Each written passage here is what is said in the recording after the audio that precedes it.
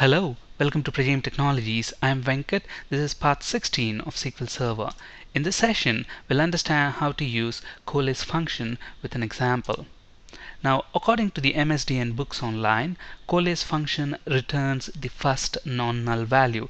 Let's understand what we mean by this. Now, if you look at this employee table here, we've got ID, first name, middle name, and last name columns.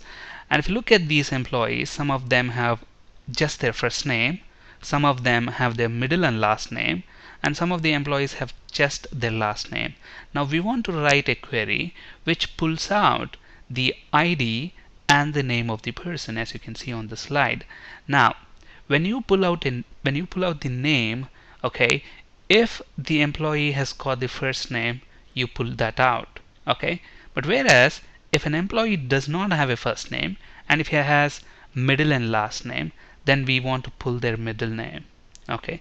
And if an employee doesn't have first name and middle name, and if he has only the last name, then we want to pull their last name, okay. But whereas if an employee has both first and middle name, then we just want their first name. Similarly, if he has all of their names, first, middle, and last names, then still we just want their first name. So the priority should first go to their first name. If that's present, pull it out. If not, then middle name. If first and middle name, both of them are not available, only then we pull the last name. Okay, so that's how our output has to be. Alright, so in order to do that, we can use the Coalesce function. Now, if you look at the query here, to the Coalesce function, you're passing in, look at this, in the output we want the ID and the name of the person. So obviously in the select list we'll have ID, and then to pull out the name, we are using the Coalesce function. We are not saying first name, middle name, last name directly. We are passing those column names into this Coalesce function. Look at the definition of the Coalesce function. It returns the first non-null value. So what's going to happen when you execute this query?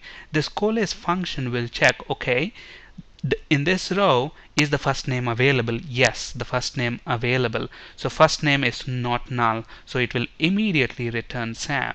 Okay, but whereas when it comes to the second row, it checks, okay, is the first name available? No, it's null. So what happens? It checks the middle name. Okay, is middle name present? Yes. Then what is that? It's not null, it's present, so it's going to return that middle name, which is Todd. Similarly, it comes to the third row, it checks, okay, is first name null? Yes, it is null. So it goes to the middle name. Okay, is middle name null? Yes, it is still null. So it goes to last name. Okay, and then returns Sarah. So we get that. But come here to the fourth row. When it comes here, the first name itself is present. It doesn't even bother to check the middle name. Okay, because Coalesce function returns the first non-null value.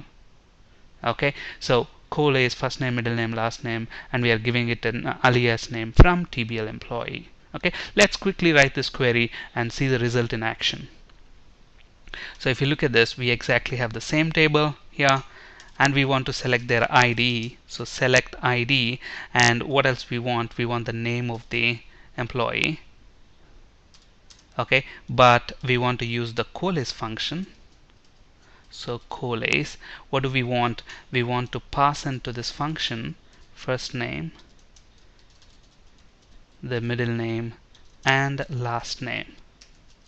So when we pass these three columns, whichever column returns the first non-null value, that value will be used in the output. And we want to give this column an alias. Let's call it name. And from which table are we trying to retrieve this? From the employee table. So TBL employee. So let's execute that. Okay, so if you look at this, we get the output that we expected.